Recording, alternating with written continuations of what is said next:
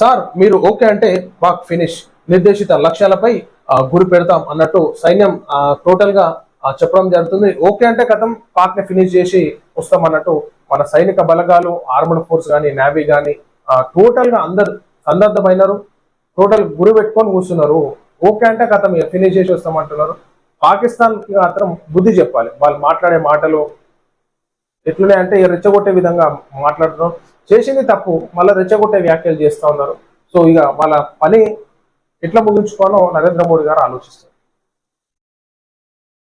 పోరాడితేనే ప్రభుత్వంలో కదలిక, డిమాండ్ల సాధనకు ప్రత్యక్ష కార్యాచరణ. Telangana employees gazetted officers, teachers, workers, financiers, JAC co chairman Chava Ravi డిమాండ్ల సాధన కోసం ప్రత్యక్ష కార్యాచరణకు పూనుకోవాలని Telangana employees gazetted officers, teachers, workers, pensioners JAC co chairman Chava Ravi సూచించారు.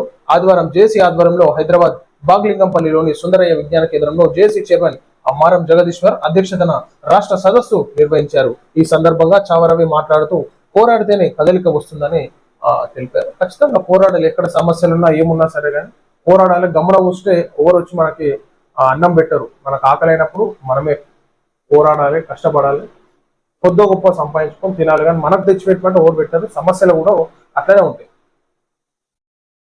ఫీజు రియంబర్స్మెంట్ చెల్లింపులు ఇంకెప్పుడు ఇప్పటికే 800 కోట్ల బకాయి పెండింగ్. ఆందోళనలో 6 లక్షల మంది విద్యార్థులు. మిథ్యాగా మారిన విద్య. కాంగ్రెస్ వచ్చాక అగమ్య గోచరం. కాంట్రాక్టర్లకు మాత్రం చెల్లింపులు, కమిషన్ల కోసం కక్కుర్తి. ప్రభుత్వంపై మాజీ మంత్రి హరీష్ మండిపాటు. తక్షణమే బకాయిలు చెల్లించాలని డిమాండ్. ఇక హరీష్ రావు గారు డిమాండ్ చేస్తారు.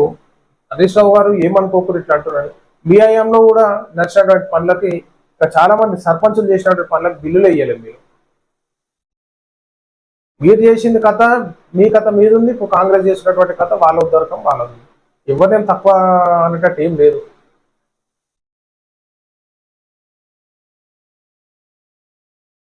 పహల్గాం దాడి భద్రతా వైఫల్యమే. మావోయిస్టులతో శాంతి చర్చలు జరపాలి. వాణిజ్య చర్చల్లో అమెరికా షరతులను అంగీకరించొద్దు. జనగణన షెడ్యూల్ ప్రకటించాలి. సిపిఐఎం పాలిట్ బ్యూరో తీర్మానం. పహల్గాం జరిగిన ఉగ్రదాడి భద్రతా వైఫల్యమని సిపిఐఎం విమర్శించింది. వాస్తవానికి భద్రతా వైఫల్యమే కదా. అక్కడ ఉన్నటువంటి ఆ బార్డర్స్ కాబట్టి, కాశ్మీర్ కాబట్టి ఏ క్షణంలోనైనా ఉగ్రవాదులు అటాక్ చేయొచ్చు. ఎందుకంటే అక్కడ విజిటింగ్ ప్లేసెస్ ఉన్నాయి కాబట్టి, విహారయాత్రకి పబ్లిక్ వస్తారు కాబట్టి ఏ క్షణమైనా జరగవచ్చు అని చెప్పేసి కనీసం ఒక 5 మంది 10 మంది ఉంటే, సెక్యూరిటీ ఫోర్సెస్ ఉంటే ఈ విధమైనటువంటి సంఘటనలు జరిగేవి కాదు. అమాయకమైనటువంటి ప్రజలు 27 మంది చనిపోయినారు. ఇంత చాలా బాధాకరం. ఒకసారి ఇన్ని లక్షల మంది ఆర్మడ్ ఫోర్సెస్ పెట్టుకున్నాడు, ఒక 10 మంది పెడితే అయిపోతుంది. కాలి పీలి ప్రజల మీద అటాక్ చేసి ఉన్న నిర్దాక్షిణంగా వాళ్ళని చంపడం జరిగింది. ముమ్మాటికి భద్రతా దళాల వైఫల్యమే.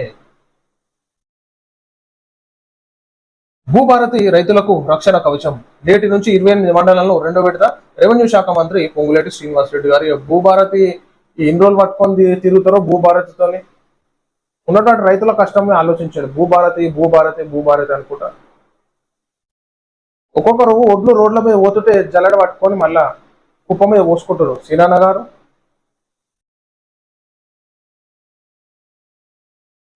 ఈ నెల 8 వరకు వర్ష సూచన. నేడు రేపు పలు జిల్లాలకు ఆరెంజ్ హెచ్చరిక. 100కు పైగా ప్రాంతాల్లో వర్షం అన్నట్టు మనం చూసుకోవచ్చు.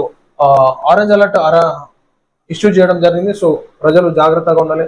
దూర ప్రాంతాలకు వెళ్ళేవారు కానీ వర్షాల్లో ఇబ్బందికరమైనటువంటి పరిస్థితులు ఎదుర్కోవాల్సి వస్తుంది కాబట్టి ఆరెంజ్ అలర్ట్ జారీ చేస్తారు. సో అందరూ ప్రజలు జాగ్రత్తగా ఉండాల్సిందిగా కోరుతాను. సో ఇది ప్రజలారిగా మనం చూస్తాను ఈరోజు మన ప్రజావాణి తెలుగు దినపత్రికలోని మెయిన్ పేర్షన్ వార్తా విశేషాలు. అందరికీ నమస్తే.